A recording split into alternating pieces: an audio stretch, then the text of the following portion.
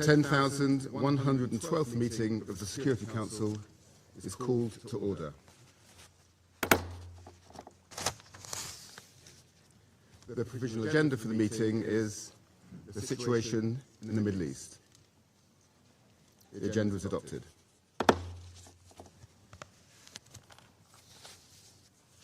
In accordance with Rule 37 of the Council's Provisional Rules of Procedure, I invite the representatives of the Islamic Republic of Iran and Israel to participate in this meeting. It is so decided. In accordance with Rule 39 of the Council's Provisional Rules of Procedure, I also invite His Excellency, Mr. Majed A. Abdelaziz, Permanent Observer of the League of Arab States to the United Nations, to participate in this meeting. It is so decided. The Security Council will now begin its consideration of item 2 of the agenda. I warmly welcome the Secretary General, His Excellency, Mr. Antonio Guterres, and I give him the floor. Mr. President, Excellencies, ladies and gentlemen, I will speak directly to three areas today: the principles, the facts, and the way out. First, the principles. The UN Charter provides the foundation for the maintenance of international peace and security. Article 2 of the Charter clearly states, all members shall refrain in their international relations from the threat or use of force against the territorial integrity or political independence of any state. International law and international humanitarian law must always be respected. That is why, since this morning, I have condemned the massive military strikes by the United States and Israel against Iran. And I also condemn the subsequent attacks by Iran, violating the sovereignty and territorial integrity of Bahrain, Iraq, Jordan, Kuwait, Qatar, Saudi Arabia, and the United Arab Emirates. We are witnessing a grave threat to international peace and security. Military action carries the risk of igniting a chain of events that no one can control in the most volatile region of the world.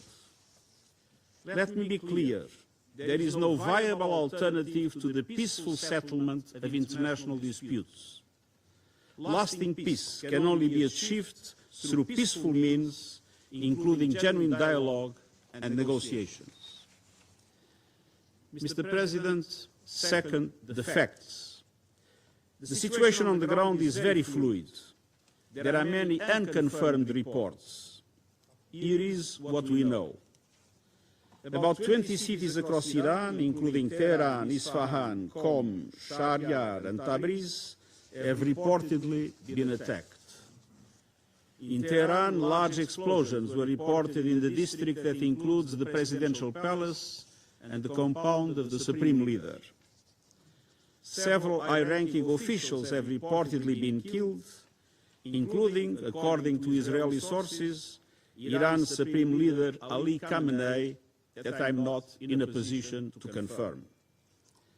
Iran's airspace has been closed and the country is under a near total internet blackout. The attacks have reportedly caused significant civilian casualties. According to Iranian media, an airstrike killed at least 85 people and injured many more at a girls' school in Minab, or Mogan province, and the school in Tehran was also reportedly hit, causing 2 deaths. Mr. President, military action is expanding rapidly across the region, creating an increasingly volatile and unpredictable situation and heightening the risk of miscalculation.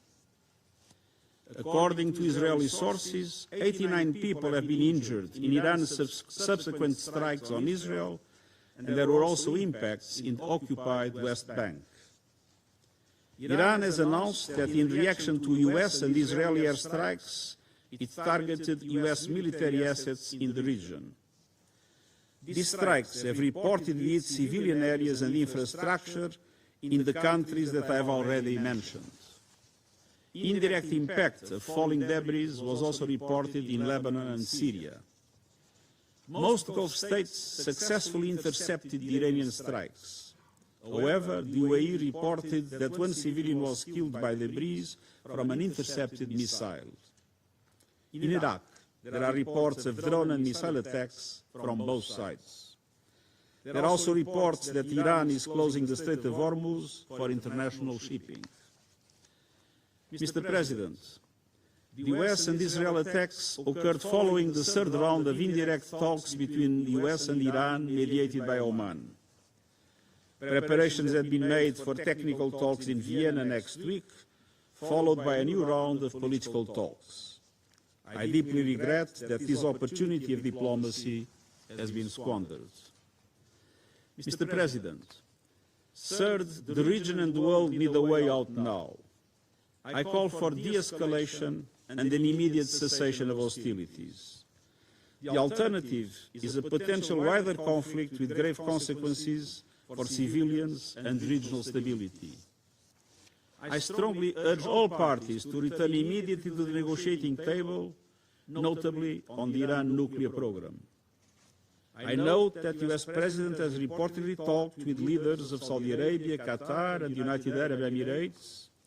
Iran's foreign minister has reportedly spoken to his counterparts in GCC countries and Iraq, and everything must be done to prevent a further escalation.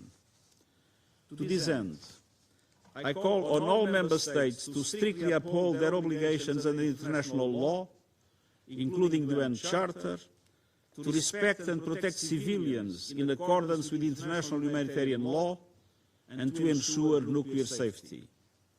Let us act responsibly and together to pull the region and our world back from the brink. Thank you. I thank the Secretary-General for his briefing. I now give the floor to those Council members who wish to make statements. I give the floor to the representative of France.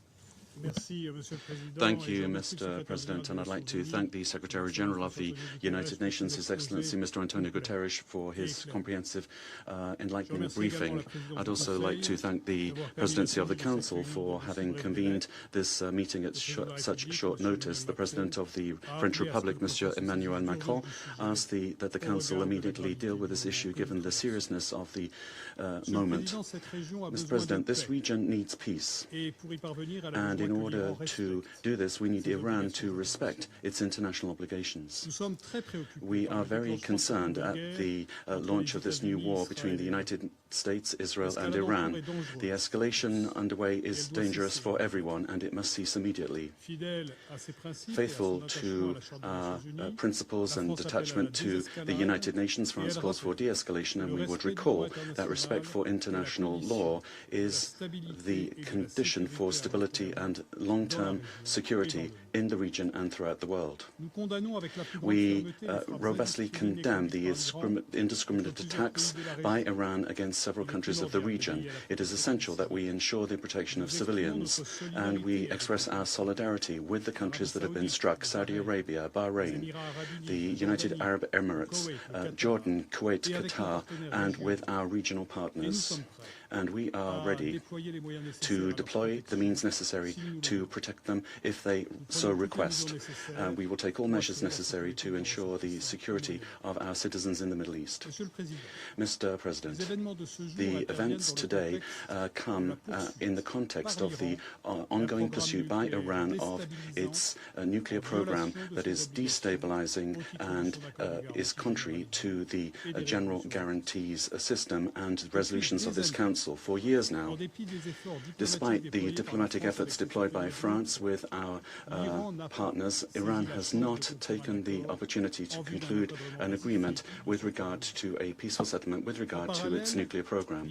In parallel, Iran has reduced its cooperation with the International Atomic Energy Agency, which for a long time now has not been able to guarantee the peaceful nature of the Iranian nuclear problem. For many months now, the agency has not not had access to the most sensitive sites of the Iranian program. Transparency has still not been provided with regard to the Iranian stock of highly enriched at 6% uranium, which represents an amount which is potentially enough to produce around 10 explosive nuclear warheads. The situation is such and so serious that last August we launched the procedure to re-establish the Security Council sanctions in response to the clear non-respect by Iran of its commitments. Over and above its nuclear program, it's also the ballistic program and the regional actions taken by Iran that continue to constitute sources of major destabilization. Iran is continuing also a policy of systematic destabilization in countries of the region through the support that it provides to its regional allies, be that Hamas, Hezbollah in Lebanon, the Houthis in Yemen, or previously the regime of Bashar al-Assad in Syria. We remain profoundly concerned by the suffering of the Iranian people, given the systematic and brutal repression that they have suffered for many years. For several weeks now, this people has seen an unleashing of unjustifiable state violence because it had the courage to demonstrate for a better life and for freedom. The Iranian people must be able to exercise their fundamental rights and must be able to freely decide their destiny. Mr. President, on the 28th of September, resolutions of this Council with regard to the Iranian nuclear program were re-established. These resolutions called upon Iran to suspend its enrichment activities of uranium, to cooperate with the IAEA with regard to its ballistic activities. The Council must ensure that these resolutions are implemented, also by ensuring that the 1737 Committee is functioning properly. Iran must commit, finally, to good faith negotiations with regard to its nuclear and ballistic program, and also with regard to its regional action. France, together with the E3, has been mobilized now for 20 years to find a negotiated diplomatic solution, the only thing that will solve this issue in a viable way. Together with our partners, we showed in 2015 with the JCPOA and Resolution 2231 of this Council that it was possible to reach an agreement. Today, still, the peaceful settlement of disputes must be our priority. We feel that an agreement is possible, and that's why Iran must seriously commit to negotiations to achieve this. We will remain available together with our partners to find a robust, verifiable and lasting solution that will guarantee that Iran never has a nuclear weapon. At this serious time, the Council must come together to call for de-escalation for respect of international law and search for a negotiated solution in order to re-establish lasting peace in the region. Thank you. I thank the representative of France for the statement, and I give the floor to the representative of Bahrain. Thank you, President. At the outset, I would like to thank the United Kingdom for heeding our call and for inviting to this session at this important moment. I also extend our appreciation to His Excellency the Secretary General for his briefing and for the information regarding the recent events and the repercussions on regional and international peace and security. Mr. President, my country never expected, my country which is a champion of peace and coexistence, never expected to be targeted by wanton aggressions without any justification. On behalf of the government of the Kingdom of Bahrain, my country strongly condemns the missile attacks targeting vital facilities and residential areas inside the Kingdom of Bahrain on Saturday. They were launched by the Islamic Republic of Iran, which confirmed its responsibility for these cowardly attacks. These attacks are a violation of our sovereignty and territorial integrity and the safety of our people, and they represent an indirect and unjustified attack that violates flagrantly international law, the UN Charter. It is also a grave threat to international and regional peace and security. The Kingdom of Bahrain strongly condemns these acts of aggression, which represent an unprecedented escalation. We reaffirm that targeting our territories, our vital facilities, and residential buildings is a hostile act that is rejected, and we will deal with it firmly. Mr. President, the Kingdom of Bahrain is today under attack that are part of the missile attacks targeting several sisterly states in the region in recent hours, including the United Arab Emirates, the State of Kuwait, the State of Qatar, the Kingdom of Saudi Arabia, besides targeting sites in Jordan and in the Syrian Arab Republic. These grave developments reflect an escalatory pattern targeting our collective security. Mr. President, the Kingdom of Bahrain reaffirms that these attacks represent a blatant violation of the prohibition to threat or use force against the territorial integrity of states as per paragraph 4 of Article 2 of the UN Charter. We hold the government of Iran fully responsible for these attacks, and the Kingdom rejects any justifications or explanations aiming at justifying these hostile activities or to violate international law. We reaffirm our steadfast commitment to the principles and purposes of the UN Charter, and we reserve our full and inherent right to answer in a commensurate manner with the scope of these attacks and to take all measures necessary to re-establish our security, safety, to protect our territories, our citizens, and our residents, according to Article 151 of the UN Charter and pursuant to international law in coordination with our partners and allies. Mr. President, the Kingdom of Bahrain calls upon the Security Council to shoulder its responsibilities in confronting these grave violations and to adopting a firm position to end these hostilities, to condemn them and prevent their recurrence in a way that guarantees regional and international peace and security. Allow me now to deliver this statement on behalf of the GCC countries, the United Arab Emirates, the Kingdom of Saudi Arabia, the Sultanate of Oman, the State of Qatar, the State of Kuwait, and my country, the Kingdom of Bahrain, as well as on behalf of the Kingdom of Jordan and the Syrian Arab Republic. At the outset, and on behalf of the GCC countries, Jordan and Syria, I would like to thank you, Mr. President, for convening this session, and I thank the Secretary General for his briefing. And as stated in the letter addressed to the Presidency today, several missile attacks launched by Iran targeted the United Arab Emirates, the Kingdom of Saudi Arabia, the Sultanate of Oman, the State of Qatar, the State of Kuwait, and my country, the Kingdom of Bahrain, as well as the Hashemite Kingdom of Jordan and the Syrian Arab Republic, in a blatant violation of the sovereignty of these states and territorial integrity, and in a violation of their safety and in violation of principles of international law and the UN Charter. This represents a rejected escalation that threatens the security and stability of the region. These Iranian wanton and irresponsible actions also caused the injury of several residents and nationals in these countries and killed one civilian at least. They also damaged several facilities and civilian infrastructure, besides disrupting air navigation in the region, and also threatens to disrupt maritime navigation through the Hormuz Straits. This is a violation of international law and will have very grave international repercussions. Our countries reaffirm that these violations constitute a violation of the prohibition of the threat or use of force against the territorial integrity of states as per paragraph 4 of Article 2 of the UN Charter.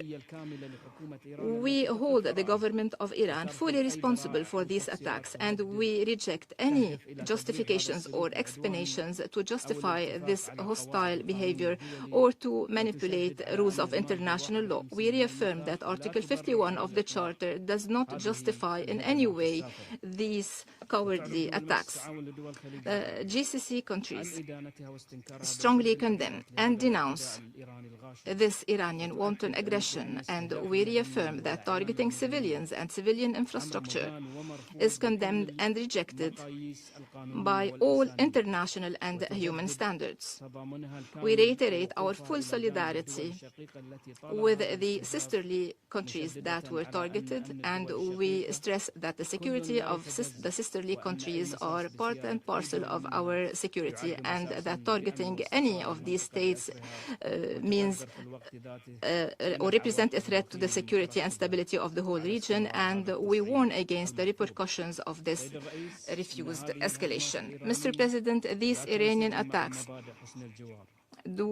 are not compatible with the good neighborliness principles, and they cannot be accepted in any way. We strongly reject using the territories of the countries of the region as a scene to score points or to expand the conflict. Following the efforts made by the GCC countries, Jordan, and the region as a whole, in order to facilitate dialogue between Iran and the international community, in order to settle differences in peaceful means and to avoid escalation in the region. While the GCC countries reaffirm that their steadfast commitment to the purposes and principles of the UN Charter, they reserve their full and inherent right to self-defense pursuant to Article 51 of the UN Charter, and reserve the right to retaliate against this brutal attack in a commensurate manner and in line with international law. We reserve the right to take all necessary measures to restore security and stability and to protect our territories, our people and residents, and to guarantee our sovereignty, security, stability and national interests. Mr. President, in conclusion, the GCC countries appreciate all the positions supporting our sovereignty and security. We call upon the Security Council to shoulder all its responsibilities in confronting these grave Iranian violations and to take a firm stance condemning and refusing these unjustified and irresponsible attacks and preventing their recurrence in a way that guarantees regional and international stability and security. We call for containing this crisis to preserve the stability and security of the region, to protect its peoples, and to avoid a wider confrontation. Thank you, President. I thank the representative of Bahrain for the statement. And now give the floor to the representative of the Russian Federation. Mr. President, we'd like to thank the Secretary General for his briefing. First of all, I wish to express our firm rejection of the fact that the presidency today the meeting today is taking place under the agenda item, the situation in the Middle East. We wish to recall that Russia and China requested that it be held under the agenda item, threats to international peace and security. That request was also contained in the relevant letter of the Iranian colleagues.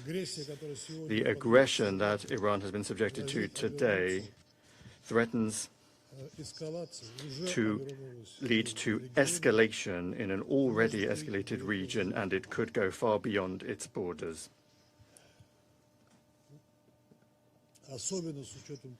Particularly given the fact that one of the two initiators of this military venture is far from being a state in the region. Attempts by the British presidency to artificially downplay the degree of danger of the current situation is simply unacceptable. The presidency also grossly scorned Russia and China's request to invite as a briefer to today's meeting the professor at Colombia University, Jeffrey Sachs. The British colleagues do everything they can to assert the importance of inviting representatives of civil society to Security Council meetings. That clearly does not apply to cases when world-recognized academics are going to present truth that is unacceptable to the Western governments. In recent hours, we have witnessed a further extremely dangerous ratcheting up of escalation in the Middle East. Early in the morning of the 28th of February, the United States and Israel began launching massive military strikes on the territory of Iran. It was declared that one of the aims of the attacks one of the targets were the senior political leadership of the country and also civilian nuclear facilities. In real time, we are getting reports from the Iranian authorities about casualties, including among the civilian population. More than 200 people have died in 24 provinces of the country. We were particularly aggrieved to learn of the strike on a girls' school in Minab, where it is reported that 85 children were killed.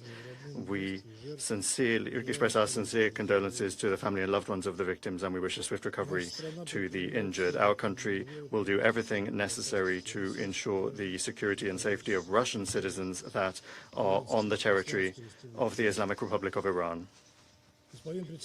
Mr. President, Washington and West Jerusalem's actions are nothing other than yet another unprovoked act of armed aggression against a sovereign and independent UN member state in violation of the Charter of the organization and of the fundamental principles of international law.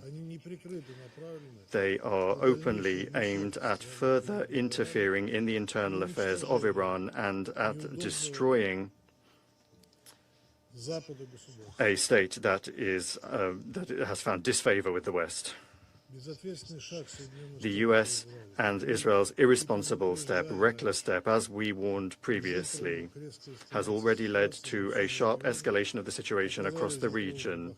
Bahrain, Jordan, Qatar, Kuwait, the United Arab Emirates, and Syria and Saudi Arabia have all been affected. And those countries that have repeatedly said to their American partners that they don't need this escalation in the Middle East. Moreover, the US and Israel military operation has been a betrayal of diplomacy. These countries once again are bringing to bear military force against Iran at the very height of negotiations, just as they did in June 2025. Just the day before yesterday, on the 26th of February in Geneva, there was the latest round of US-Iranian contacts with the facilitation of Oman. The Minister of Foreign Affairs of Iran, Abbas Araghchi, noted that an understanding and agreement had been reached to continue the dialogue. For our part, we underscore that the Russian side has repeatedly received signals that the Israelis have no interest in a military confrontation with Iran. And then, despite Tehran's willingness to engage in the diplomatic process, it once again is stabbed in the back. Moreover, the fact that Washington for such a long time and methodically was building up its military presence in the region only confirms the fact that aggression against Iran was planned in advance. The actions of the United States and Israel risk triggering a humanitarian and economic catastrophe. Of particular concern, once again, are the threats to nuclear safety and security and radiological safety and security. The statements today from the President of the United States, Donald Trump, to the effect that this operation was aimed at preventing Iran from acquiring a nuclear weapon are not justified. They are unfounded. Tehran has consistently stated that it does not have any such plans and that is fulfilling its obligations under the Nuclear Non-Proliferation Treaty. Moreover, Iran has repeatedly underscored its readiness to put at the basis of new agreements with the United States the preservation of its status as a state, as a non-nuclear weapons state, provided that there is observation and respect for the legitimate right of the Islamic Republic of Iran as a state party to the NPT to develop peaceful nuclear technologies. Against this backdrop, the attempts of Western countries to justify the US and Israeli aggression as though there were some alleged threats to international peace peace and security are unfounded. These are threats that were allegedly coming from the Iranian nuclear program. We, of course, recall that the only source of reliable information in this regard are the relevant reports of the IAEA Director General, and those reports never indicated that. And they never said that Iran may be engaging in the development of a nuclear weapon. The objects that strikes are being launched against are under the agency's safeguards. That is to say, a priori, they cannot be used for any such activities. Against this backdrop, we expect that the IAEA Director General, Rafael Grossi, will provide unambiguous assessments and will condemn this latest undermining of the NPT's authority and undermining of the global regime for the non-proliferation by the USA and Israel. Nuclear energy objects, including the Bushehr nuclear power plant, cannot in any circumstances be the target of strikes by armed forces. That is unacceptable. Mr. President, we note that today's events were the latest phase of consistent escalatory steps around Iran by Western countries. That includes the US-Israeli strikes on the country's territory in June 2025 and the US's open interference and the open interference by US allies in the domestic political situation in Iran in January of this year. We also remember the failed attempts by the United Kingdom, France, and Germany to trigger the mechanism to restore the effect of Security Council anti-Iran resolutions, the so-called snapback mechanism. However, that did not happen. Russia and a number of other UN member states repeatedly and in detail explained the reasons why the United Kingdom, France, and Germany did not have the right to invoke that mechanism. However, that did not work, and the United States and Israel once again have brought military force to bear. There are obvious parallels with the events of 2003, when the US representatives waved a test tube around in this room to justify their invasion of Iraq by saying that there were weapons of mass destruction present there that no one actually found. In 2023, US Vice President J.D. Vance said that the Iraq campaign was unforced. As a result, innocent Iraqis and Americans died, and that Washington had to learn that lesson. However, as it turns out, that lesson has not yet been learned.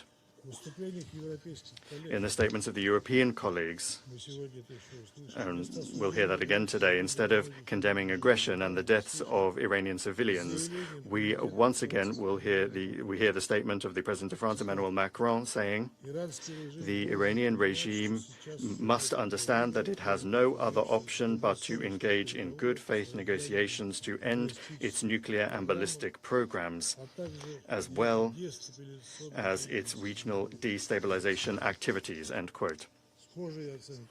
Similar assessments were voiced by the Prime Minister of the United Kingdom, Keir Starmer.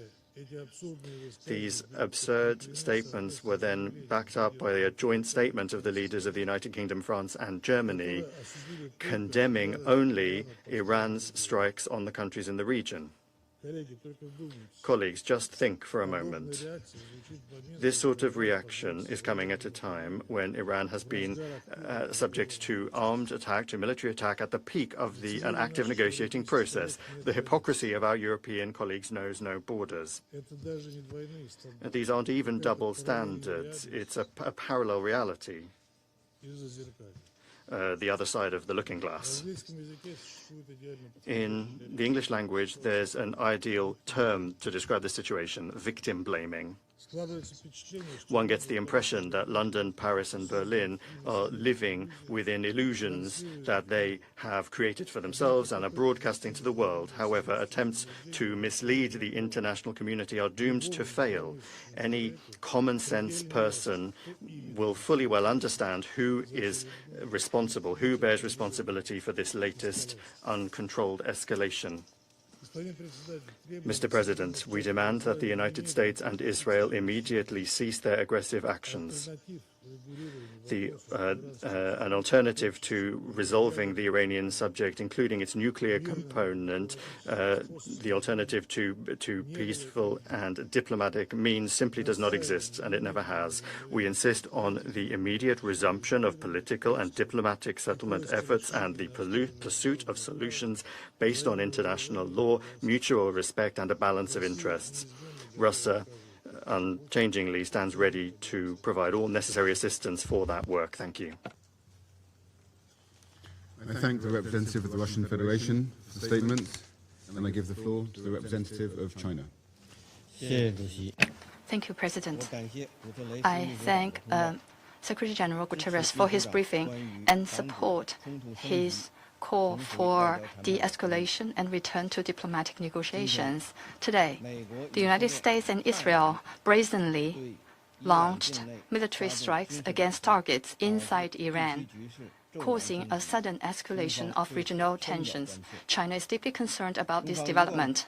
China consistently advocates that all parties should abide by the purposes and principles of the UN Charter and opposes and condemns the use or threat of force in international relations. China stresses that the sovereignty, security, and territorial integrity of Iran and other regional countries must be respected. China is deeply saddened by the large number of civilian casualties caused by the conflict. At all times, the red line for protecting civilians in armed conflict must not be crossed, and the indiscriminate use of force is unacceptable. China calls on all parties to fulfill their obligations under international law, including international humanitarian law, effectively ensure the safety of civilians and avoid attacks on civilian facilities. The use of force is not the right way to settle international disputes. It only intensifies hatred and confrontation. The escalation and spillover of tensions in the Middle East serves no one's interests. Dialogue and negotiations are the only way to resolve differences. China calls on an immediate cessation of military actions to prevent further cycles of escalation. The military strikes occurred at a time when the U.S. and Iran were engaged in diplomatic negotiations, which is shocking. The parties concerned should demonstrate political sincerity, resume dialogue and negotiations as soon as possible, and return to the right track of a political solution. China stands ready to work with the international community to advance peace efforts and help restore peace and stability in the Middle East at an early date. I thank you, President. I thank the representative of China for the statement, and I give the floor to the representative of Colombia. Mr. President, I'd like to thank the United Kingdom in its capacity as President of the Security Council for the prompt convening of this emergency meeting at the request of several countries, including Colombia. We would also like to thank the Secretary General for the information shared, and we welcome the delegations participating at this meeting. Colombia is taking the floor guided by an essential conviction. The protection of human life must always be at the heart of international decisions, and we're also equally convinced that the United Nations Charter is binding. Colombia reaffirms its unequivocal defense of international law and of the purposes and principles of the Charter, international peace and security, the peaceful settlement of disputes, the prohibition of the use or the threat of the use of force, the sovereign equality of states, respect for the sovereignty, territorial integrity, and political independence of all states, and non-intervention. Mr. President, we are facing a serious military escalation that threatens to spill over into a regional confrontation with unpredictable consequences. The use of force and the logic of reprisals are substituting diplomacy, dialogue, and law. In the face of this alarming situation, we condemn any military action that is contrary to the Charter wherever it comes from. Our country has been consistent in this organization and in this council. No state may unilaterally claim the right to attack another in order to impose regime change, and that principle does not depend on who the actor is, as it is a pillar of the international order. The prohibition of the use or threat of force enshrined in the Charter does not admit selective interpretations. When that principle is violated, international security does not prevail. The law of the strongest takes over. When force replaces law, the international order is weakened and barbarism takes its place, and the first to lose are civilians. Colombia condemns the attacks and expresses solidarity with the peoples of Bahrain, Qatar, the UAE, Saudi Arabia, Jordan, and Kuwait. Colombia expresses its deep concern over the human cost of this escalation. Bombings are exposing entire communities to fear and to risk, including girls and boys. No military goal can justify, under any circumstances, civilians being caught in the crossfire or becoming victims of indiscriminate attacks. The protection of life must always be our highest priority. Life cannot be considered collateral damage. In this regard, we strongly condemn reported attacks against civilians and against civilian objects. This is in clear violation of international humanitarian law, particularly the principle of distinction, and we urge the immediate cessation of hostilities. Strict respect for international law and international humanitarian law is not optional. The protection of the civilian population is a legal and moral obligation. Mr. President, for these reasons, Colombia prioritizes dialogue and the peaceful settlement of disputes, not because we are naive, but on the basis of our experience, because we know that war does not resolve conflicts. On the contrary, it worsens them, it makes them more cruel, perpetuates them, and passes them on to future generations. Defending international law does not mean ignoring reality. Iran has international obligations that it must fully comply with, particularly in the nuclear and human rights fields. With regard to Iran's nuclear program, full, effective and transparent cooperation with the International Atomic Energy Agency is essential. Therefore, we call on Iran to return to the path of dialogue and negotiations in good faith, with a view to guaranteeing unrestricted access to nuclear facilities subject to monitoring and verification, and to resolving outstanding safeguards issues under the Treaty on the Non-Proliferation of Nuclear Weapons. Colombia reaffirms the universal goal of general and complete nuclear disarmament, and in that context we insist that Iran's nuclear program must be maintained exclusively for peaceful purposes in compliance with its international obligations. Collective security is not built with more weapons, but with more guarantees. Likewise, we join the urgent call of the IAEA for the parties to exercise restraint in the use of force, particularly against nuclear facilities, taking into account the enormous risks that such actions represent. Furthermore, Iran has the obligation to respect and guarantee the human rights and fundamental freedoms of its population, which are not a concession of the state.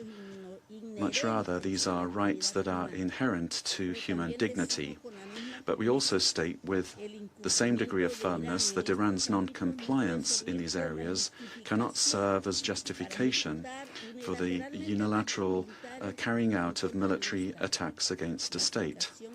The full application of the Charter is indispensable for the credibility of multilateralism and the preservation of the international order.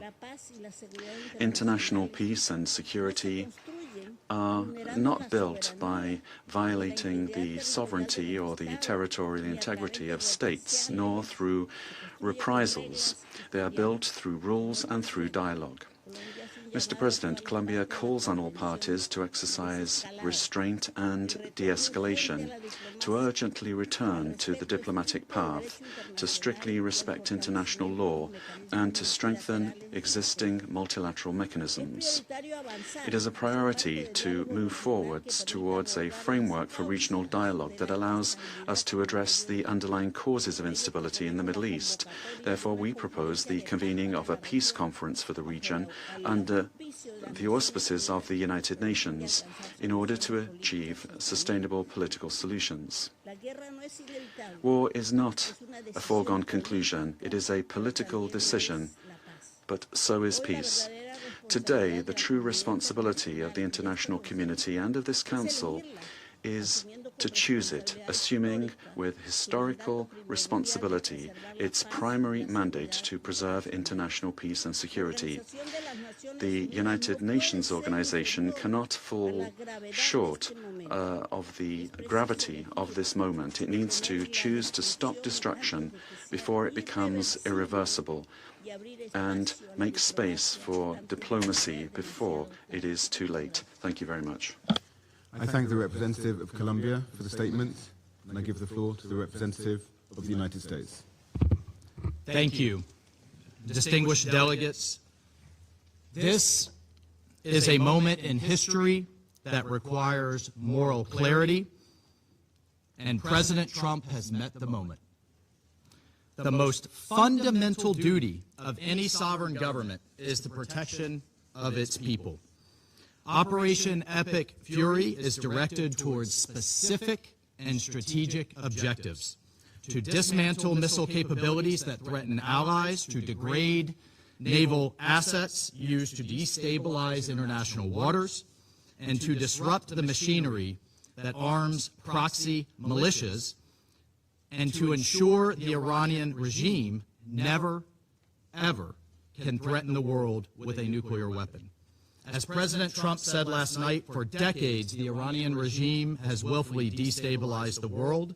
It has killed American forces and citizens, threatened regional allies, and jeopardized the security of international shipping upon which the world depends.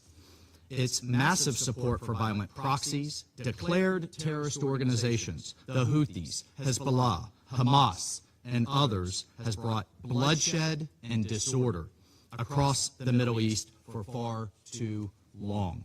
This is not speculation. We know this to be true, and our men and women have paid for the actions of this regime and the IRGC with their lives. No responsible nation can ignore persistent aggression and violence. The regime in Tehran has led attacks that have cost American lives, hundreds of U.S. Marines in Lebanon, thousands of troops in Iraq. American hostage after hostage has suffered, our ships fired upon dozens of times in the Red Sea. Iran has armed and financed militant organizations that undermine lawful governments and destabilize an already fragile region. Iran's continued pursuit of advanced missile capabilities, coupled with its refusal to abandon nuclear ambitions despite diplomatic opportunities, presents a grave and mounting danger. The international community has long affirmed a simple and necessary principle: Iran cannot have a nuclear weapon. That principle is not a matter of politics, it's a matter of global security, and to that end, the United States is taking lawful actions.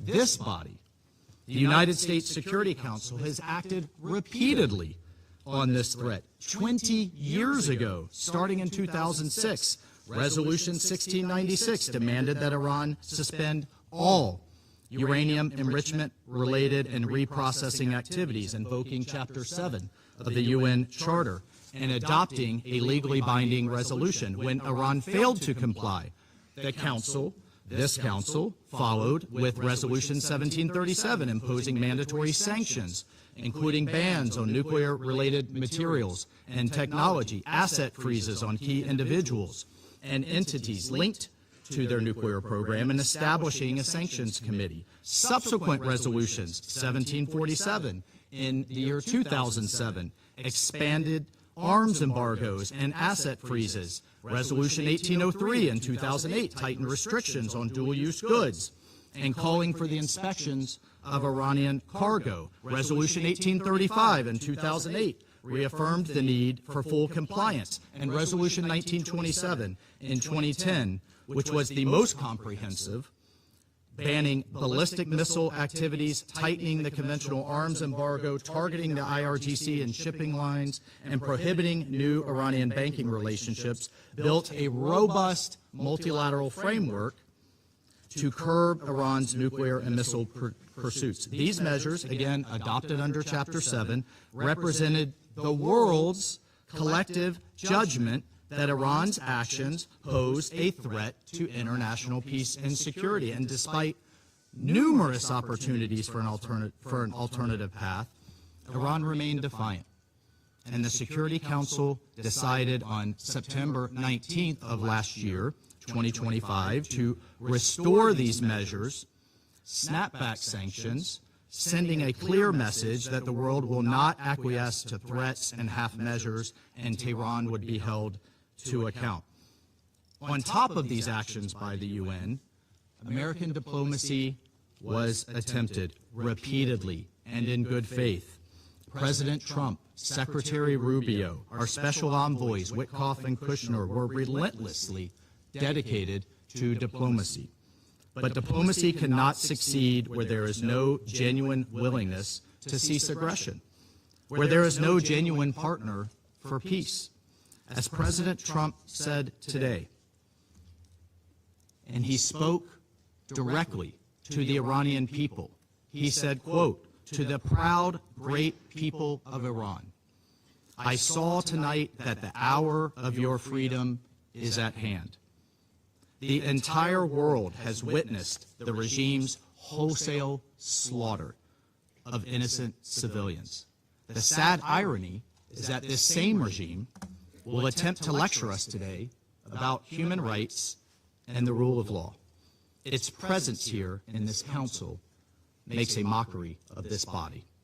But where the UN lacks moral clarity, the United States of America will maintain it.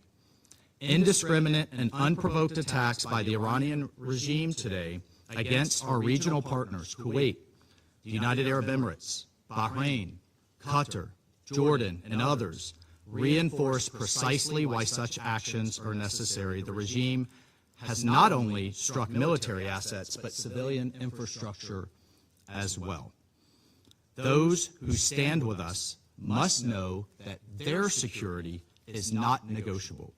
The safety of our allies is not conditional. It is assured.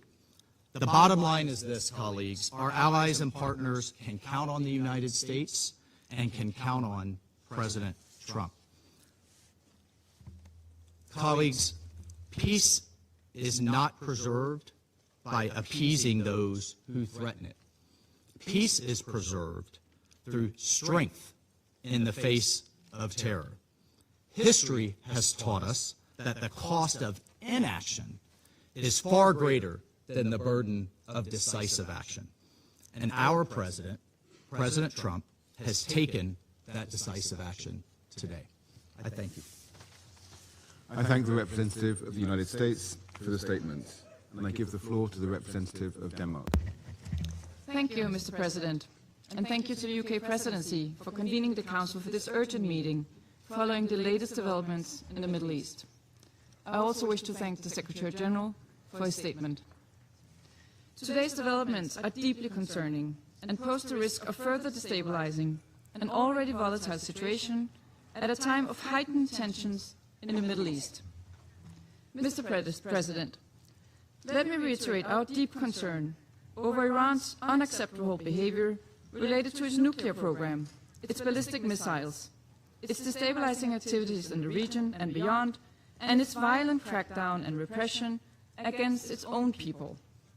As a consequence, the European Union, with Denmark's active support, has adopted strong sanctions against Iran, just like we have always been promoting diplomatic efforts to address the nuclear and ballistic missile programs through a negotiated solution. I also wish to express Denmark's condemnation of Iran's attacks today on countries of the region. This must stop immediately.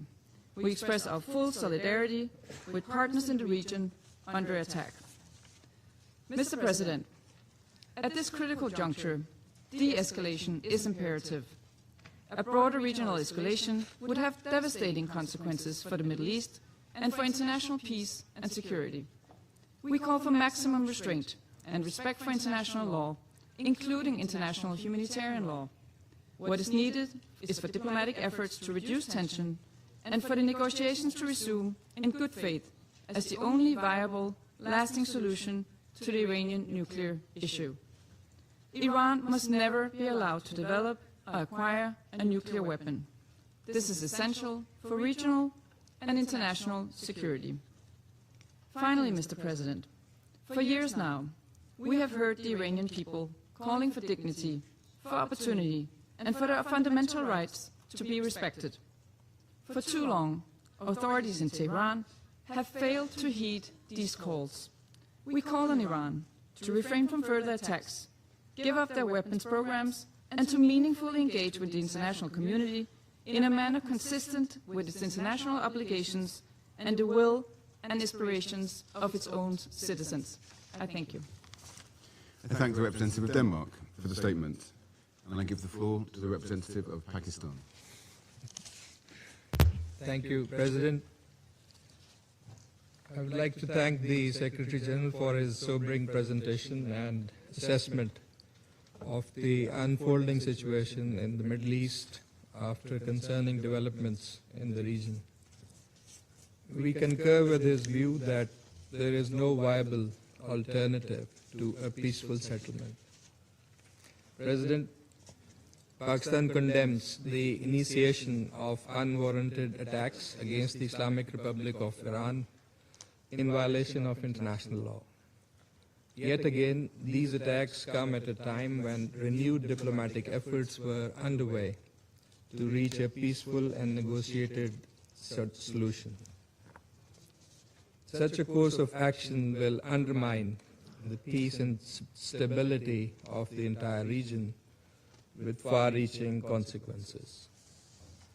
Pakistan also condemns the attacks against the Kingdom of Saudi Arabia, Bahrain, Jordan, Kuwait, Qatar, and the United Arab Emirates, and stands in solidarity with all these brotherly countries and underscores the need to exercise maximum restraint. This is extremely unfortunate since several brotherly Arab countries were in fact supporting dialogue and emphasizing the need to avoid escalation. We particularly laud Oman's role in facilitating and mediating dialogue between Iran and the United States. These unprovoked attacks, therefore, constitute blatant violations of the sovereignty of the brotherly Gulf states. Pakistan also condemns the unfortunate death of a Pakistani national in the UAE during this dastardly attack. We urge all sides to refrain from any further actions that may undermine the security and territorial integrity of other regional countries. President, we regret the fact that diplomacy has once again been derailed as these attacks have happened right in the middle of negotiations. These military actions undermine dialogue and further erode trust that was already in short supply. We offer our condolences and sympathies to civilians caught in the middle of these violent acts. Our thoughts go out to the school children in Iran and many civilians elsewhere, and the family of the Pakistani national who was killed during attacks on the United Arab Emirates earlier today. President, the purposes and principles of the UN Charter are inviolable and sacrosanct. The Charter prohibits threat or use of force against territorial integrity or political independence of states. Pakistan reiterates the call for full respect for international law including the UN Charter, as well as the international humanitarian law. We are deeply alarmed at the risk of regional conflagration. Safety and well-being of millions of our compatriots in the countries of the region is also top priority for Pakistan. Pakistan is maintaining close contact and coordination with brotherly neighboring countries, including at the leadership level. We are ready to extend our support towards peaceful resolution of outstanding issues. Pakistan has consistently advocated the primacy of peaceful settlement of disputes and the imperative of avoiding confrontation and conflict in a region already beset by tensions and volatility, as the Secretary General has also noted. Diplomacy and dialogue should be the guiding principles for achieving negotiated settlement of all contentious issues in accordance with the rights, obligations, and responsibilities of the parties concerned. Pakistan calls on all sides to immediately halt escalation and urgently resume diplomacy with a view to achieving a peaceful, negotiated resolution to this crisis. Thank you so much. I thank the representative of Pakistan for the statement, and I give the floor to the representative of Greece. Thank you, Mr. President, for convening this meeting at such a short notice. I would like also to thank the Secretary General for his briefing and his messages on respecting the principles of the UN Charter and his calling on de-escalation and a peaceful settlement of the situation. Mr. President, we express our deep concern following today's escalation. Our aim should be to return to substantial negotiations towards a peaceful settlement in line with international law and the UN Charter. As the Council meets in this critical moment, we would like to stress the following. First, restraint is imperative. The risk for a wider regional confrontation with potentially grave consequences for international peace and security is real. Absent a swift diplomatic solution, we might now face the consequences of prolonged crisis. All parties must therefore exercise restraint, prevent a further spiral of violence, and work urgently to reopen credible channels of dialogue. Our Prime Minister and Minister for Foreign Affairs are in constant contact with our partners in the region. We strongly condemn the Iranian strikes in Bahrain, Jordan, Kuwait, Qatar, Saudi Arabia, and the United Arab Emirates. Second, Greece has consistently expressed its strong concern regarding Iran's nuclear program. Iran must never be allowed to acquire a nuclear weapon. The accumulation of significant quantities of uranium enriched up to 60% by a non-nuclear weapon state raises serious proliferation concerns and has no credible civilian justification. Full cooperation with the IAEA and strict adherence to international obligations are indispensable. It is widely believed that strong, permanent and verifiable oversight on Iran's nuclear and ballistic programs is a precondition for stability in the region. Diplomacy, grounded in verification and transparency, remains the only sustainable path forward. Third, maritime security in the Gulf, the Straits of Hormuz and the Red Sea must be fully respected by all sides. Even more now, of all times, stability is of the utmost importance. We urge Iran and its allies in the region to refrain from any retaliatory action that could endanger freedom of navigation, threaten commercial shipping, or further destabilize global energy and trade flows, constituting a blatant violation of the international law of the sea as reflected in UNCLOS. Fourth, the protection of civilians and respect for international law must remain absolute priorities. adherence by all member states to the UN Charter, international humanitarian law and human rights law becomes even more critical. Civilians must not bear the cost of military escalation. The humanitarian consequences of further confrontation could be severe. In closing, Mr. President, the stakes for regional and global peace are exceptionally high. We urge Iran to immediately engage in meaningful and good faith negotiations with a view to achieving a durable, negotiated solution. Dialogue and diplomatic engagement aimed at restoring stability and providing credible security assurances for all concerned must prevail. Failure is not an option. I thank you. I thank the representative of Greece for the statement, and I give the floor to the representative of Somalia. Thank you, Mr. President.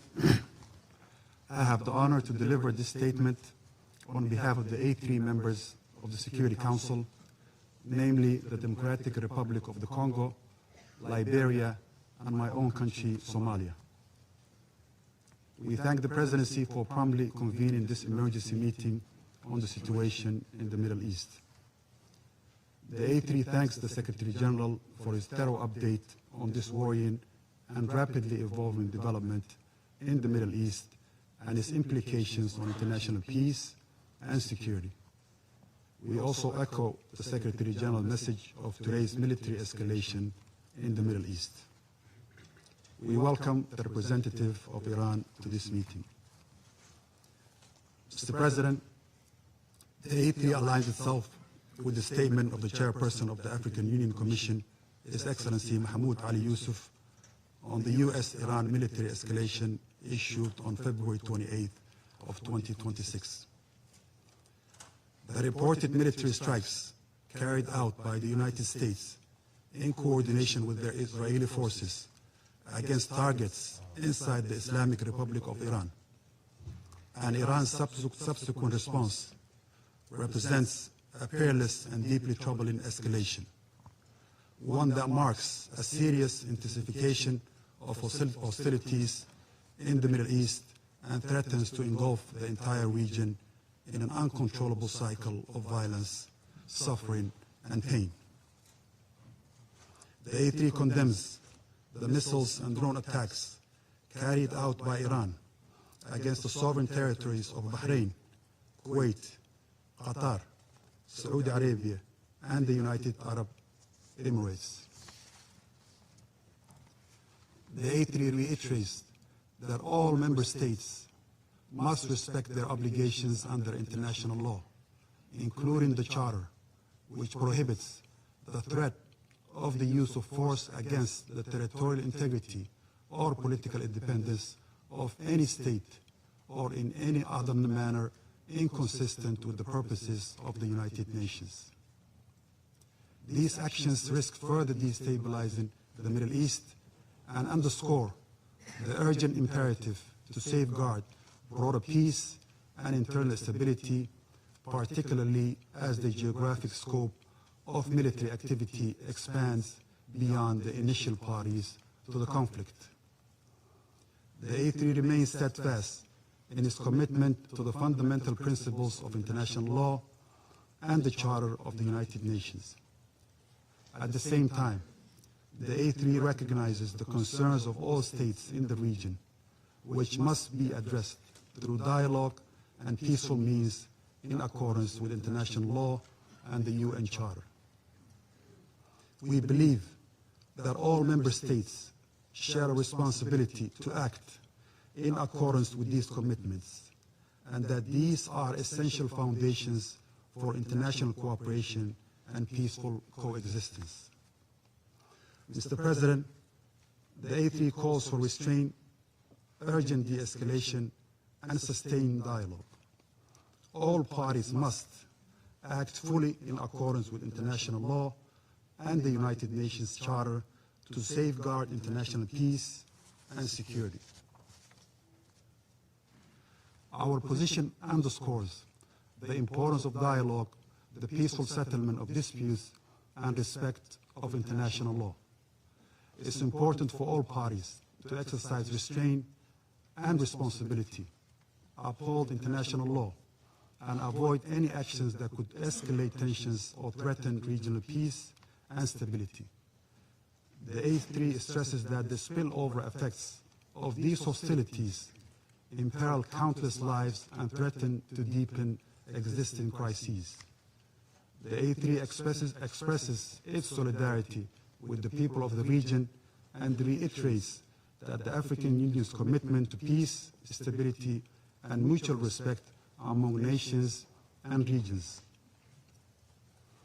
Mr. President, in this regard, the A3 urges all parties to prioritize diplomatic engagements, including the ongoing international mediation efforts facilitated by the Sultanate of Oman to prevent further deterioration and uphold international rules-based order.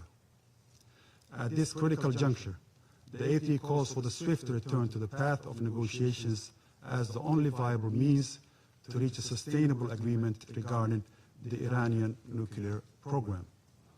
Sustainable peace can only be achieved through diplomacy, not through force. The A3 strongly reaffirms the urgent necessity of establishing a Middle East zone free of nuclear weapons and other weapons of mass destruction, applicable to all states in the region without exception, in accordance with relevant international resolutions. We also stress the need for all Middle Eastern countries to join the Treaty on the Non-Proliferation of Nuclear Weapons as a step toward regional and global security. We emphasize the paramount importance of protecting civilians and civilian infrastructure, including in the context of cross-border strikes and retaliatory actions, and as well as refraining from targeting nuclear facilities that are under International Atomic Energy Agency safeguards, in line with relevant IAEA resolutions and the United Nations Security Council decisions. The A3 reaffirms its commitment to multilateralism and the principles of the United Nations Charter. We urge all parties to act with responsibility and wisdom, placing the well-being of the region, of the region's people above all other considerations. It's important to seize this moment to redouble our efforts for de-escalation and to support a diplomatic process that can deliver peace, stability, and security for all states in the Middle East. The A3 stands ready to support all efforts within this Council and in cooperation with regional and international partners to facilitate a peaceful, inclusive, and lasting resolution to the situation in the Middle East. Thank you, Mr. President. I thank the representative of Somalia for the statement, and I give the floor to the representative of Panama. Gracias. Thank you, Mr. President. We thank your presidency for convening this meeting, and we acknowledge the presence of the representatives of the countries that are honoring us with their participation. We would also like to thank the Secretary General, Antonio Guterres, for his briefing at this meeting. Less than a year ago, we were in this same chamber deliberating on similar events to those that are of concern to us at this meeting. And these are events that today are still developing, which prevents us from entirely knowing their scope and their consequences. However, we must ask ourselves whether the repetition of these actions can really lead to different results and to a sustainable solution, or whether, on the contrary, the aggressive cycle of attacks and counterattacks will only lead to an escalation of violence with increasingly serious and unpredictable consequences to the detriment of international peace and security. Let us recall that in January we considered the brutal and disproportionate use of force by Iran against its population, which was legitimately exercising its right to protest. According to estimates from independent media and non-governmental organizations, that resulted in the deaths of thousands of people. These previous facts point to a delicate situation in the country and the region, and they represent a clear and worrying warning of the possible real and human consequences of the escalation of the armed conflict. The Republic of Panama notes with grave concern the severity of recent events, which could trigger a regional conflict with serious direct repercussions on neighboring countries, such as those that have just been suffered by Bahrain, the United Arab Emirates, Qatar, Kuwait, Jordan, and Saudi Arabia, which Panama considers to be lamentable. This scenario must be avoided, especially in a context in which the Middle East has already been seriously affected by various crises in recent years, the consequences of which may transcend and cause harm beyond the immediate region, and may affect the rest of the world with incalculable consequences. The intensification of tensions will only increase instability and suffering, particularly impacting the most vulnerable populations, those that are always the first to suffer the consequences of conflicts.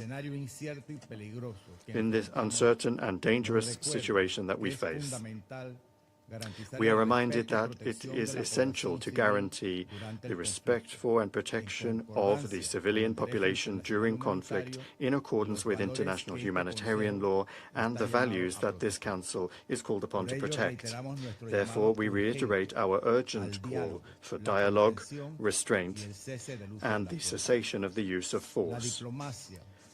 Diplomacy and negotiation, in accordance with the principles enshrined in the Charter of the United Nations and international law, must prevail as the preferred and effective means for the peaceful settlement of disputes. Thank you very much. The representative of Panama for the statement, and I give the floor to the representative of Latvia. Thank you, Mr. President. Allow me to begin by thanking the United Kingdom as presidency of this Council for convening this meeting on such short notice. And I would also like to thank the Secretary General for the briefing provided.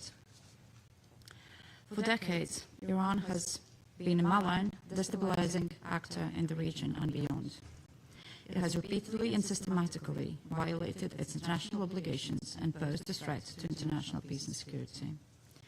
The Iranian regime has attacked and destabilized neighbors, exported terrorism, developed an illegal ballistic missile program, and participated in widespread sanctions circumvention. Iran has violated UN Security Council resolutions 1696, 1737, 1747, 1803, 1835, 1929, and this aggressive behavior is consistent. It spans decades. While international law must be respected at all times, the Iranian regime has continuously ignored its responsibilities and binding commitments under the JCPOA and NPT. The regime has openly maintained its illegal nuclear program, despite repeated and genuine diplomatic engagement from the European Union, the UK, and the US. The IAEA Board of Governors has confirmed over the last 8 months that Iran is failing to engage and to grant monitors access to installations. And this is unacceptable. Iran must cease its illegal nuclear program, comply with its international obligations, and return to the negotiating table. For decades, Iran has maintained terror as its modus operandi. Iran has supported, armed, financed, and trained terrorist groups such as Hamas, Hezbollah, and the Houthis. It has enabled and emboldened attacks against countries near and afar. It has caused the death of thousands of civilians. it has promoted radicalization and the spread of terrorism, and undermined global energy and maritime security. Beyond the Middle East, Iran has directly supported Russia's war of aggression in Ukraine. More than 50,000 of the same Iranian Shahed drones, now striking numerous countries in the Middle East, have been transferred by Iran to Russia. Iranian weapons, Iranian technology have contributed to killing thousands of innocent Ukrainians, and like Russia in Ukraine, Iran is now bringing terror to innocent civilians in the Gulf countries. Latvia stands with the brave people of Iran, brave people that have endured so much, decades of brutality and repression. Recently, this Council met to address the atrocities perpetrated by the Islamic regime against its own people in the streets of Iran. Latvia and the European Union have already imposed sanctions against the IRGC. The Iranian people must be able to determine their own future, free from violence and repression. Mr. President, Latvia joins the call for an immediate cessation of hostilities and urgent de-escalation. We call on all sides to protect civilians and avoid further escalation. Latvia condemns the unprovoked Iranian strikes against countries in the region, namely our fellow member of the Council, Bahrain, and Jordan, Kuwait, Qatar, Saudi Arabia, the United Arab Emirates. Strikes on these countries constitute a threat to regional and international peace and security, and we stand in solidarity with our partners. I thank you. I thank the representative of Latvia for the statement. I shall now make a statement in my capacity as a representative of the United Kingdom. I thank the Secretary-General for his briefing. Colleagues, this is a fragile moment for the Middle East.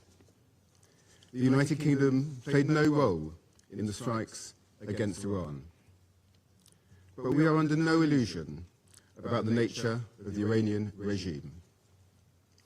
The Iranian regime has murdered thousands of its own people simply for exercising their fundamental rights and freedoms.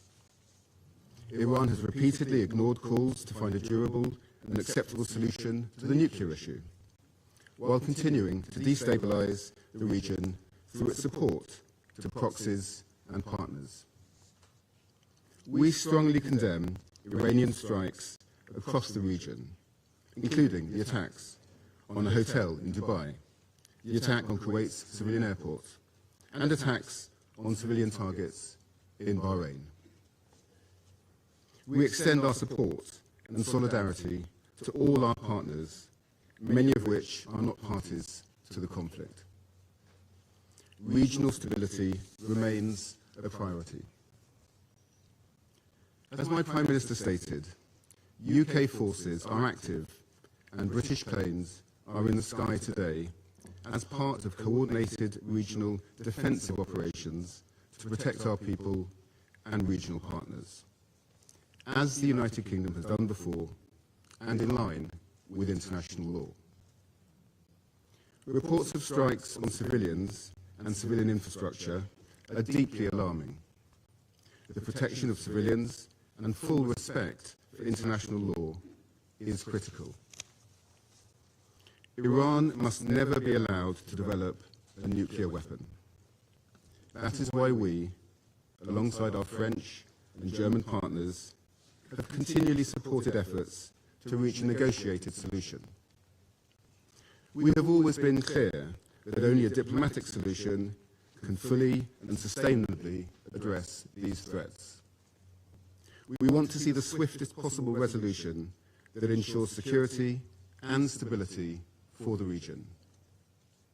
Iran must refrain from further strikes and its appalling behaviour to allow a path back to diplomacy. We will continue to work with our partners to this end in support of peace and security and the protection of civilian life across the region. I resume my function as President of the Council. I now give the floor to the representative of the Islamic Republic of Iran. In the name of God, the compassionate and merciful, we appreciate the Secretary General for his briefing and his contribution to this meeting. We express our sincere appreciation to the Russian Federation and China for supporting the convening of this emergency meeting of the Security Council to address the manifest aggression committed by the United States and Israeli regime.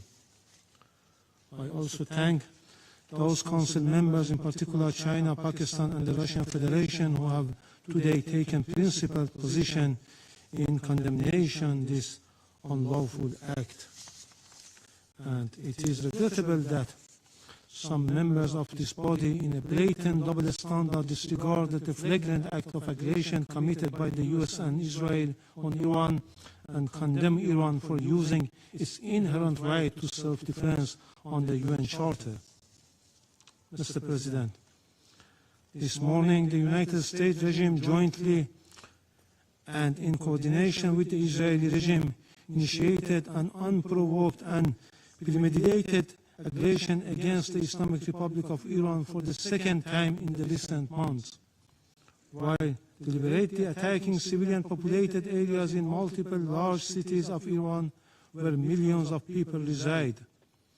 As a result of this brutal armed attack, hundreds of civilians have been killed and injured. The aggression and atrocious crime of the United States regime and the Israeli regime and the deliberate and persistent targeting of civilian infrastructure are going. In addition to the numerous civilian residential buildings, the aggressors have also targeted a school in the city of Minab, Hormozgan province, killing more than 100 children. The number of innocent civilians continues to rise. This is not only an act of aggression, it is a war crime and a crime against humanity. Yet today, once again, the representative of the United States, through a regrettable pattern, has attempted to distort facts and rely on misinformation to justify the blatant aggression of the United States and Israel against my country. The facts, however, are unequivocal. The justification advanced by the representative of the United States today are illegal and entirely devoid of legal foundation. The baseless allegation invoked to defend this unlawful use of force have no standing under international law. The invocation of preemptive attack claims of imminent threats or other substantiated political claims cannot legitimize aggression. Such claims are unfounded legally, morally, and politically, and they contradicted the clear principles of the Charter of the United Nations. I also categorically reject the assertion made by the representative of France, the United Kingdom, and certain other Western members regarding Iran's peaceful nuclear program. These claims lack a factual and legal basis. Mr. President, distinguished colleagues, the President of the United States and the Prime Minister of the Israeli regime have openly claimed responsibility for this act of aggression and have explicitly articulated regime change as their objective, an unmistakable admission of their intent to violate Iran's sovereignty and territorial integrity. The President of the United States has falsely described this aggression as necessary to neutralize an imminent threat to the American people. This is nothing more than a deliberate attempt to mislead the international community and the U.S. public opinion and manufacture consent for unlawful war. Similarly, the representative of the United States has cynically sought to mislead this Council, yet history provides ample documentation that the foreign policy of the United States has repeatedly relied on unlawful force, covert intervention, and political manipulation to alter the governments of other member states. This record is well established. The reality is clear and undeniable. What is taking place today against my country by the United States and the terrorist regime of Israel is a blatant act of aggression, a full-fledged violation of international law. no justification, no accusation, no narrative of disinformation can legitimize or excuse this manifest crime and aggression.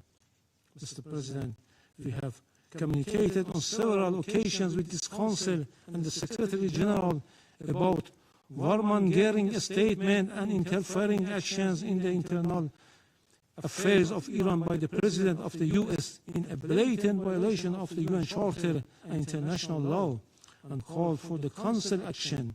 Regrettably, all were unanswered. The issue before the Council is straightforward: whether any member state may, including a permanent member of this Council, through the use of force, coercion, or aggression, determine the political future of another state or impose control over its affairs. International law and the Charter are explicit on this matter. Article 2, Paragraph 4 of the Charter categorically prohibits the threats of use of force against the territorial integrity or political independence of any state.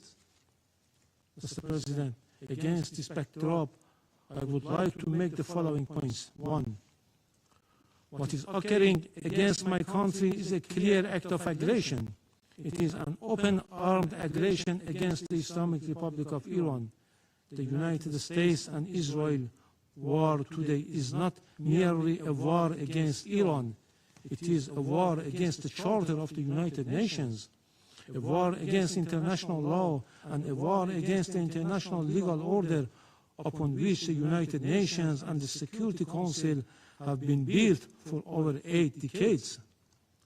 As the Charter affirms, the United Nations was established to save succeeding generations from a scourge of war. The Charter, adopted in 1945, is founded upon this fundamental principle. Members shall refrain from threat or use of force in international relations. The sole exception is the inherent right of self-defense under Article 51, and only in the event of an armed attack. The military aggression carried out by the United States and Israel satisfies none of the criteria of lawful self-defense. Accordingly, the action of the United States and Israel constitute a manifest violation of Article 2, a peremptory norms and a fundamental principle of international law accepted by all member states. Neither the Charter nor international law recognize internal matters of states as justification for the use of force by other states. Were this otherwise, no international legal order could endure. The rule of law would be replaced by the rule of force. 2. In responding to aggression and large-scale war, the Islamic Republic of Iran is exercising its inherent and lawful right of self-defense under Article 51 of the Charter of the United Nations. The armed forces of the Islamic Republic of Iran are utilizing all the necessary defensive capabilities and means to confront this criminal aggression and deter the hostile acts. Consequently, all bases, facilities, and assets of the hostile forces in the region shall be regarded as legitimate military objective within the framework of Iran's lawful exercise of self-defense. Iran will continue to exercise its right of self-defense decisively and without hesitation until the aggression ceases in full and unequivocal terms. 3. Iran remains firmly committed to respecting the sovereignty and territorial integrity of its neighboring countries. Under no circumstances will we target the sovereignty, people, or interests of our neighboring countries in the Persian Gulf. Our legitimate response have been directed solely and exclusively at the bases and assets of the hostile government of the United States that operate beyond the control of the host states. Priority has been given to the targets that diminish the aggressor capability and capacity to continue its malign actions. We had previously and formally conveyed this warning to the Secretary General and the Security Council. 4. Despite continuous U.S. hostile policy, we were sincerely and seriously pursuing the path of diplomacy and dialogue to reach a just, fair, and sustainable agreement. Yet, for the second time in the midst of the negotiation, the United States betrayed diplomacy and resorted to force and launched an attack against my country in blatant violation of Charter of the United Nations, brazenly interfering in Iran's internal affairs. They are even calling on the people to riot against their own government. The recent record of the United States toward Iran is equally clear. Since January 2025, the U.S. administration again reinstated the hostile approach, including the policy of so-called maximum pressure and economic strangulation through sweeping sanctions. The General Assembly has repeatedly voted by overwhelming majorities against such unilateral coercive measures. The objective of these illegal measures has been transparent, unconditional surrender. Despite repeated warning by Iran to the Secretary General and the Council regarding serious violation of the Charter by a permanent member, the Council has regrettably failed to discharge its primary responsibility, allowing the erosion of the rule of law in favor of the rule of force. 5.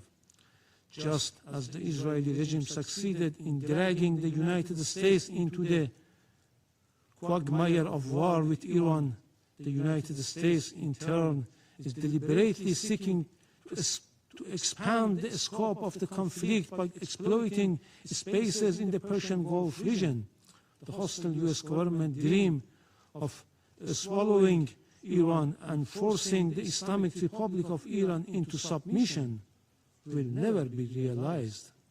This war, before being a contest of military equipment and advanced technologies, is a battle of wills, and in that battle, the Islamic Republic of Iran will prevail.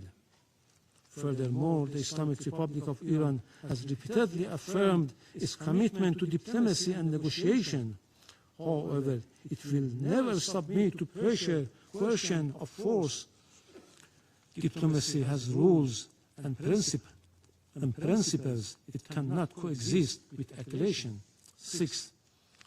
The duty of Council members is to defend international law and specifically the Charter. They are not called upon to judge the political system of states, nor to determine whether military aggression or economic siege leads to freedom or domination. Expression of concerns and empty condemnation are not sufficient. The Council must act. Pursuant to Article 39 of the Charter, the Security Council must immediately determine the United States and Israeli regime have committed an act of aggression and demand the immediate cessation of its unlawful use of force, including any explicit or implicit threats against Iran, and require binding assurance of non-repetition. Affirm that the United States and Israeli regime bear full international responsibility for all materials and moral damage inflicted upon the infrastructure and facilities of the Islamic Republic of Iran and are obligated to provide full reparation. Let me conclude, Mr. President, with a simple and undeniable truth. Israel and the United States have attacked Iran. They have violated international law and the Charter of the United Nations. They must be held accountable. So long as this aggression continues, Iran will continue to exercise its inherent right of self-defense firmly, proportionately, and without hesitation until the aggression ends. The Security Council must act now and stop this act of aggression immediately. Silence is complicity in this crime. I thank you. I thank the representative of the Islamic Republic of Iran for the statement, and I give the floor to the representative of Israel. Mr. President, for 47 years, the Islamic regime in Iran has led crowds in chanting, March Bar Israel, משבר אמריקה. Mr. Iravani, do you want to translate these chants? Your leaders have been chanting it for years in public events, in your parliament. משבר ישראל, משבר אמריקה. They mean death to Israel, death to America. Israeli and American flags were painted on roads so they could be trampled. Our flags were burned in public squares. This is not the anger of a radical fringe. It is state-sanctioned hatred. And while those marchbar chants echoed, uranium was enriched, centrifuges span, missiles were built, facilities were buried deep underground. It was never just empty rhetoric. It was preparation for action. But today, alongside our ally, the United States, we act to stop it. Israel stands before you today, having acted with the United States to confront and stop an existential threat before it became irreversible. The operation targets nuclear infrastructure, ballistic missile sites, the machinery of repression that fuels terror across our region. We did not act of impulse. We did not act of aggression. We acted out of necessity because the Iranian regime left no reasonable alternative. This joint effort will continue for as long as the threat remains. We thank President Trump and acknowledge the close cooperation between Israel and the U.S., which has brought the alliance between our countries to an all-time high in peace and in war. Let us be clear about what we are confronting. This regime has built nuclear weapons in blatant disregard of international law and UN resolutions. It has brutally murdered its own citizens and crushed dissent. It's happened now as we speak in cities in Iran. It has expanded missile arsenals and armed proxies across the region. It has openly declared its intention to erase Israel from the map. Now, as it faces consequences, it is launching missiles and drones across the region, endangering the UAE, where a Pakistani citizen, unfortunately, was killed. Jordan, Kuwait, Bahrain, Qatar, Iraq. As we speak, in the last hour, a rocket targeted the city of Tel Aviv. Civilians, they don't target military bases. Civilians struck a building in Tel Aviv. An innocent woman was killed, and 21 people were injured. This is a regime that destabilizes wherever it reaches. It spreads violence outward while crushing freedom at home. It is not reacting. It is expanding. It is a machinery of radicalism that does not recognize borders. Mr. President, diplomacy was exhausted. Iran was required to stop enriching uranium, stop heavy water projects, stop developing nuclear-capable missiles, and allow full inspections. Iran did none of it. Instead, it fortified its nuclear facilities so we cannot get to them, accelerated missile production, and continued to fund terror. Since the last operation in the summer, they spent billions on the proxies. The resolutions were clear. The strategy was just as clear. Delay, delay, delay. But we will not be played. And it's simple what they were planning. They were building the means to corner us, to force an irreversible reality with our backs against the wall. That is not a future Israel will accept. No responsible nation should. This operation is guided by clear objectives: eliminate immediate threats, dismantle the nuclear program, destroy its ballistic missile production, neutralize naval threats, break the proxy network that destabilizes the region. The operation was carried out in order to protect the people of Israel within the framework of the ongoing armed conflict between Israel and Iran, in line with the UN Charter and in accordance with international law. Our forces stand ready to stop extremism armed with nuclear weapons. To the soldiers of the IDF, our boys and girls, my son, my daughter,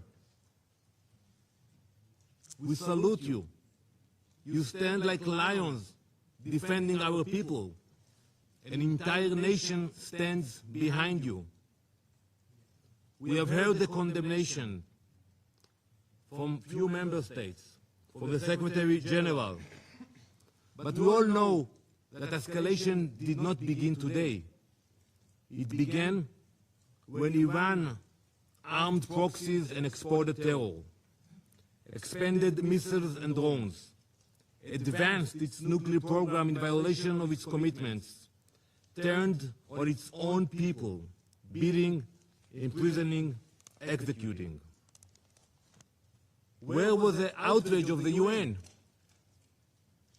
Where were the consequences? Now, Israel acts to prevent an irreversible threat, and the condemnation is immediate. This is the definition of hypocrisy. Some call this aggression. We call it necessity. We call it survival. Mr. President, history has taught us never to ignore those who openly call for our destruction. When a regime says it will destroy Israel, when it chants death to Israel, when it promises to wipe Haifa and Tel Aviv off the map, we believe it. We genuinely believe it when we see those hundreds of ballistic missiles that are launching to Israel. We believe the threats. We do not ignore them. We do not gamble with our survival. We act. Now let me address the brave people of Iran. You are not our enemies. This operation is not directed at you. It is directed at a regime that has silenced you, imprisoned you, and invested in missiles and uranium while your economy suffers. You deserve better. It is this regime, the Basij, the Revolutionary Guard, who have dragged your country into isolation. The world does not fear a free Iran. It fears a radical regime armed with nuclear weapons and driven by extremism. Your future should not be defined by those who chant for death. As President Trump has said, the Iranian people deserve dignity, security, and the chance to shape their own destiny. We are thinking about you. You are seen. You are not alone. The future of Iran belongs to its people. We stand with you. Mr. President, this week, Jewish families all around the world celebrate Purim. Many Israelis will do so now in a bomb shelter. The story of Purim happened more than 2,500 years ago, in the same place, in ancient Persia. An evil minister by the name of Haman sought to wipe out the Jewish people. And it began with words, with chants. It became a decree. It could have become a genocide. But Queen Esther refused to remain silent. She stepped forward, she spoke up, she acted before it was too late. That is the lesson we learned. It is not only an ancient lesson, it is a modern one.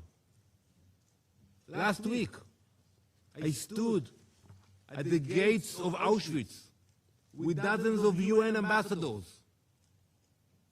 We stood in a place that shows what happens when radicalism and extremism grows and no one stops it in time.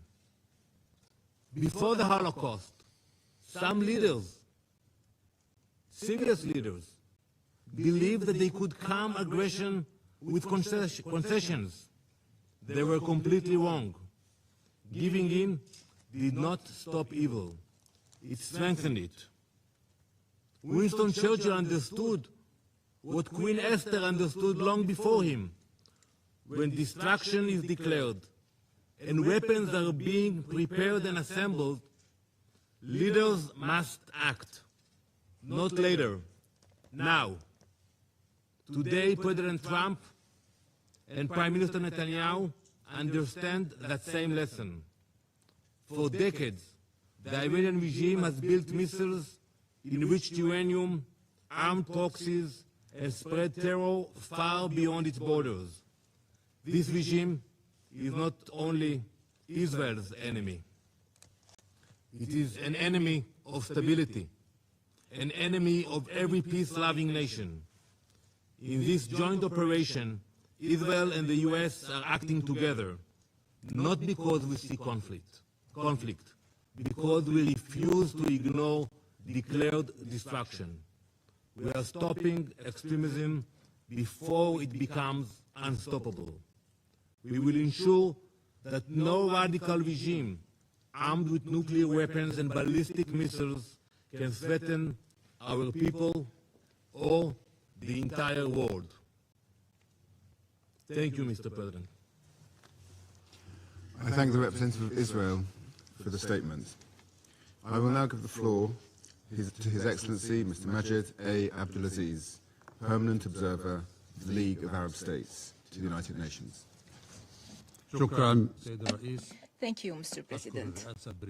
I thank the Presidency for convening this emergency session today.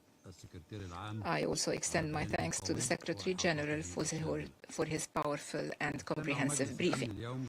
The Security Council convenes today at a pivotal moment in the history of the United Nations, a moment that unfortunately represents a glaring failure of the multilateral international system, a failure the League of Arab States has long warned against. Regrettably, it is a moment in which the Arab-Israeli conflict has expanded into a full-scale regional war, through which Israel seeks, through this escalation, to evade ending its occupation of Palestinian territories, to prevent the establishment of an independent Palestinian state, and to obstruct Palestine's admission to the UN in implementation of the two-state solution and the core principles of international legitimacy. Israel has done so by expanding the scope of its brutal military aggression against the Palestinian people in Gaza and the West Bank, by intensifying its efforts to annex the West Bank, and through repeated military attacks on Syria, Lebanon, Yemen, and Iran, all in a misguided attempt that is categorically rejected both regionally and internationally to impose Israel's hegemony on the Middle East by using military means, even if it is at the expense of the member states of the League of Arab States and at the expense of the suffering of their peoples under Israeli policies and attacks aimed at imposing the law of force instead of the force of law. At the Council's previous meeting on this item last week, the Foreign Minister of Israel The occupying power made extremist religious assertions, thus offering clear evidence of the arrogance of Israel, which seeks to impose its own extremist religious interpretation on the world, claiming that all Palestinian land, including the West Bank, which cannot be annexed under President Trump's plan and under Security Council's Resolution 2803, all this Palestinian land has belonged to Israel for thousands of years. Such claims reflect an unmistakable contempt for the legal, historical, and foundational principles upon which international legitimacy have been built in this Council and in this organization. Despite the announcement 2 days ago in Geneva that negotiations between the United States and Iran on the Iranian nuclear file has made some progress, Israel has blatantly disregarded all these developments in pursuit of narrow, self-serving interests. It has launched a wanton military attack at dawn today against the Islamic Republic of Iran, claiming that the attack was intended to prevent Iran from acquiring nuclear weapons. At the same time, Israel itself refuses to join the Nuclear Non-Proliferation Treaty. It refuses to subject its nuclear facilities to the IAEA's comprehensive safeguards regime, and it refuses at the same time to attend the United Nations Conference on the establishment of a Middle East zone free of nuclear weapons and other WMDs. That conference, held for the 7th consecutive year at the United Nations last November, with the active participation of the Islamic Republic of Iran in all its sessions, and with the continued boycott of Israel and one permanent member of this Council. This Israeli boycott of this important conference is clear. Although the conference seeks to achieve the same goal, which is to eliminate the ambiguous nuclear capabilities, both Israeli and Iranian, and this Israeli stand reflects the fact that Israel wants to remain the only state acquiring ambiguous nuclear capabilities in the Middle East and capable of producing nuclear weapons, which is something that Middle East countries cannot accept. Mr. President, despite all the above, the clear escalation among all parties amounts to a cowardly and unjustified military assault by the Islamic Republic of Iran on several Arab states that are members of the League of Arab States. This escalation threatens to widen the scope of the military conflict and risks igniting a full-scale regional war.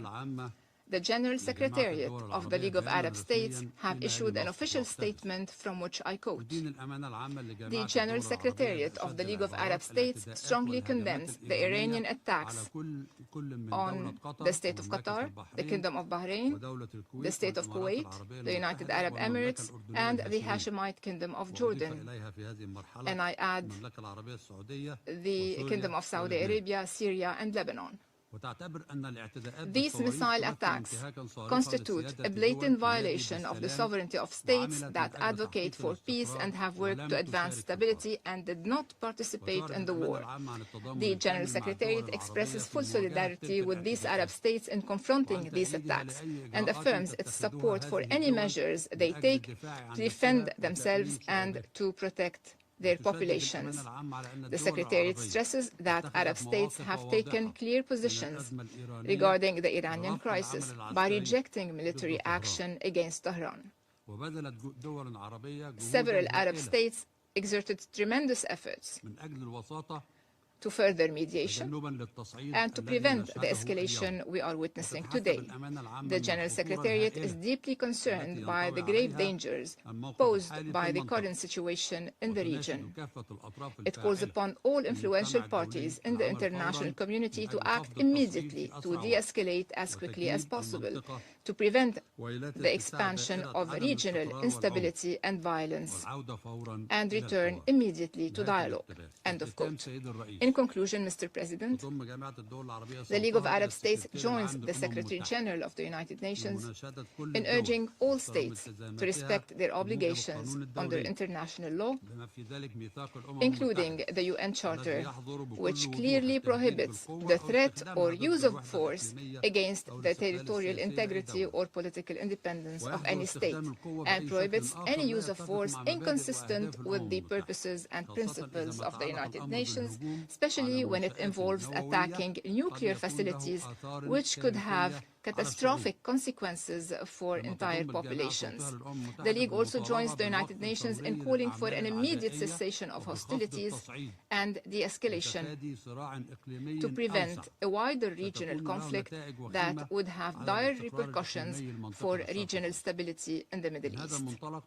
From this standpoint, the League of Arab States urges the Security Council, particularly with the United States assuming the Council's presidency beginning tomorrow, to lead the collective security regime, to immediately halt military operations, and to return to negotiations on all tracks, inspired by the positive momentum generated by last week's Board of Peace meeting and by the role of President Trump in advancing global peace, and in full respect for the established mechanisms of the multilateral international system, far from any geopolitical confrontations that will only prevent us from achieving global peace. Thank you, President. Thank His Excellency Mr. Abdulaziz for the statement. The representative of the United States has asked for the floor to make a further statement. Thank you, Mr. President. I wish to exercise my right of reply to the so-called representative of the Iranian regime.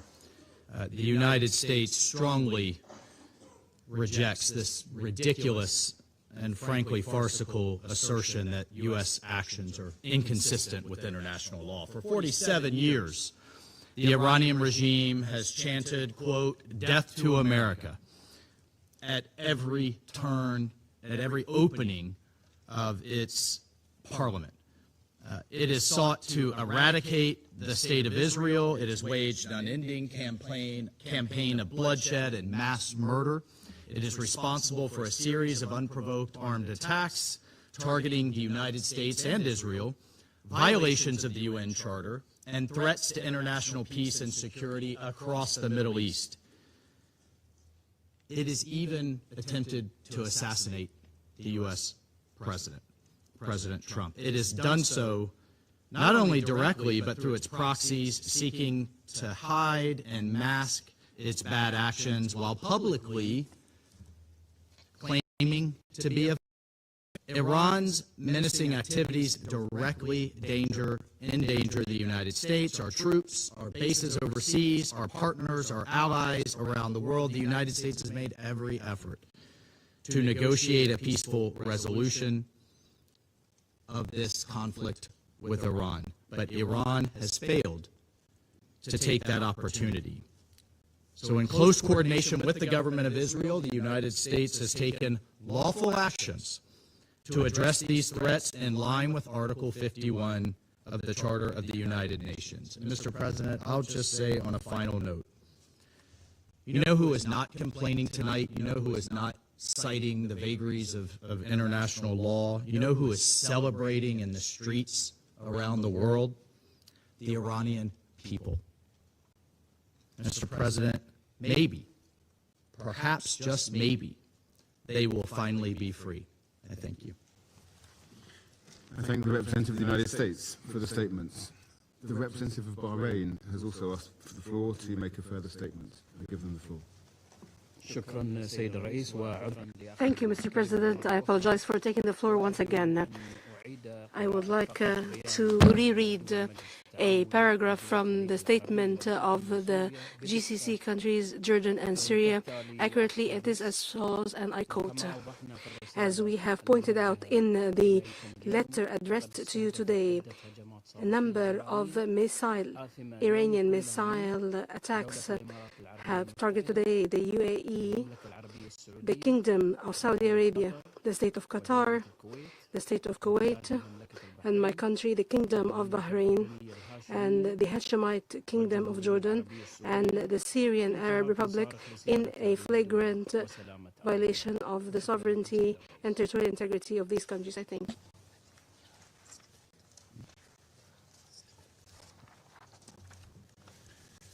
I thank the representative of Bahrain for the statements. The representative of Iran has asked for the floor to make a further statement. Thank you. I have one word only. I advise to the representative of the United States to be polite. It will be better for yourself and the country you represent. Thank you. The representative of the United States has asked for the floor to make a further statement. Frankly, I'm not going to dignify this with another response, especially as this representative sits here in this body representing a regime that has killed tens of thousands of its own people and imprisoned many more simply for wanting freedom from your tyranny. Thank you, Mr. President. Okay. There are no more names inscribed on the list of speakers. Before adjourning the meeting, as this is really the last meeting of our presidency in the month of February, I would just like to express my thanks on behalf of the delegation of the United Kingdom to members of the Council, the Secretary General, and the members of the Secretariat for all their support this month. The meeting is adjourned.